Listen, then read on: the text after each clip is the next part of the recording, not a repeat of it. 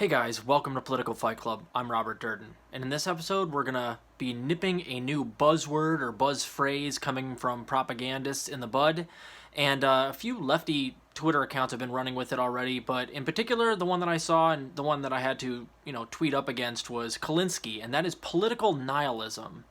And the way that he's been running with it, and the way I've seen a couple other, clever propagandists running with it, is that they are annoyed that the left is so fractured that now it's like just the moderates and the squad going in there and enabling the moderates to get nothing done, so they're useless.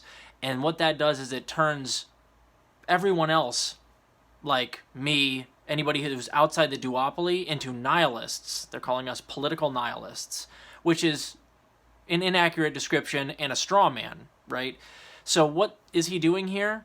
He does not believe, in this instance Kyle, but these people generally do not believe that there is any possibility for a third party run, and they don't help organize anything. So they have zero of their hope and investment in mutual aid and having a real grassroots uprising in this country that can get a third party to make a Vanguard run. That's Marxist-Leninism. That's what I believe is the next step. So what are they doing?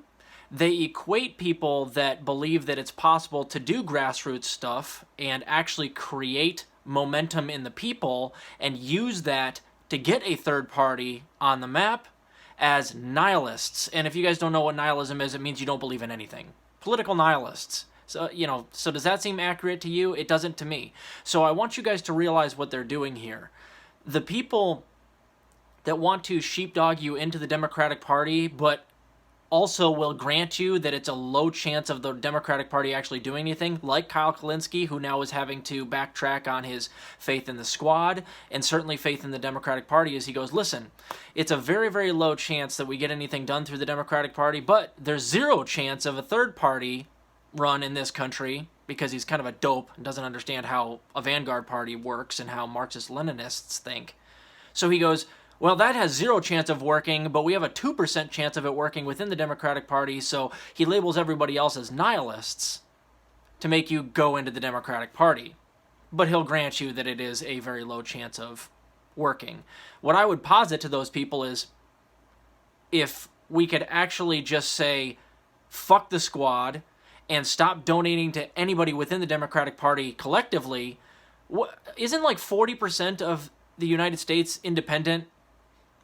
There's a whole lot of votes out there up for grabs right now because the Democratic Party sucks so bad, and of course the Republican Party also sucks really bad, but that's an opportunity for a third party run, and for a lot of people who hate both parties, Kyle, not just the Republican Party, both parties, to come together against the establishment.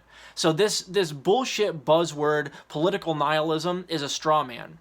He's mislabeling people that are against the duopoly as if they're ideologically bunk. They don't believe in anything. They don't believe in electoral politics.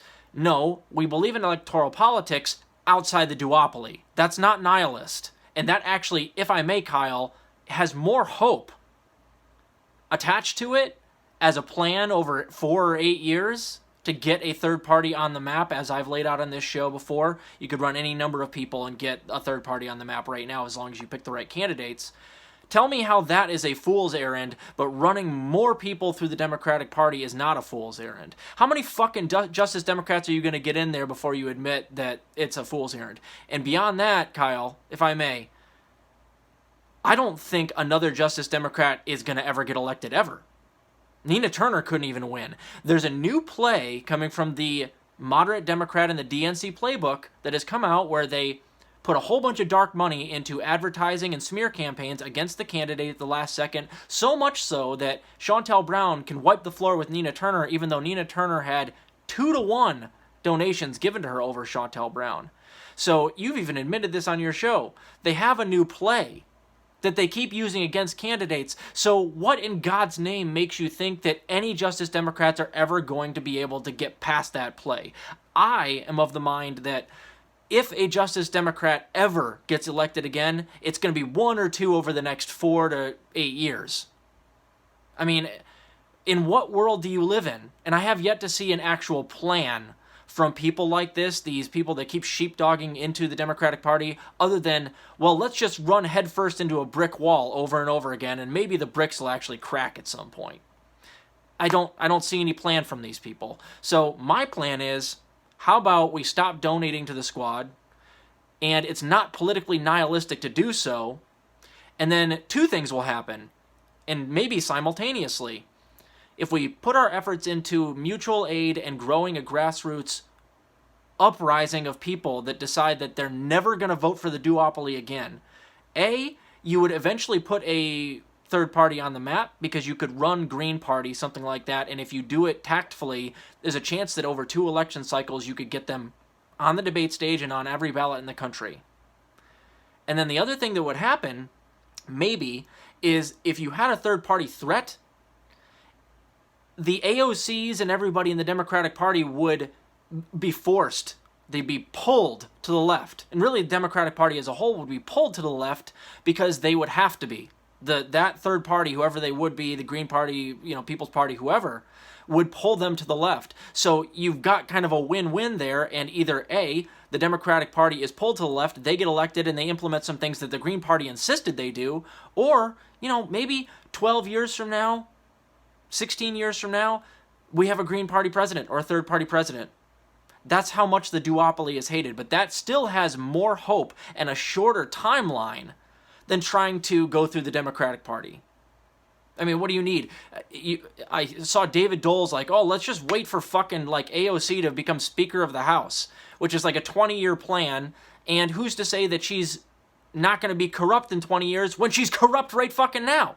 So what is this plan that you guys have to work through the Democratic Party? I don't see it. I don't see any of the squad members standing up for the people. So what does it matter if they gain power within the Democratic Party? I see AOC replacing Pelosi as basically just replacing Pelosi with a younger Pelosi at this point. Even Pelosi was talking about Medicare for all back in the 90s. But AOC is really strong, right? She's so strong that she cried on the floor of Congress just after a scolding. Yeah, she seems real resolute. She's going to do very well over the next 20 years in that capitalist hellhole with, money and galas and everything fame being thrown in her face. I'm sure she's going to be very resolute standing in the face of all of that, right? So, political nihilism, it's just a buzzword. And Kulinski, a year and a half ago, he would look at himself now and go, that's a political buzzword you guys have to watch out for. That's a mealy-mouthed bullshit word that really all it means is it's trying to strawman people that don't believe in the duopoly as being completely non-idealistic and completely bunk in terms of strategy. Not true at all. It's exactly the opposite. In fact, I would argue it's nihilistic or just straight up dumb to keep working through the Democratic Party. There's zero hope there. It's like the gate over hell is the gate over the DNC. Abandon all hope, all ye who enter here. Or as Kashama Swan said, the road within the Democratic Party leads to a graveyard if you're a progressive.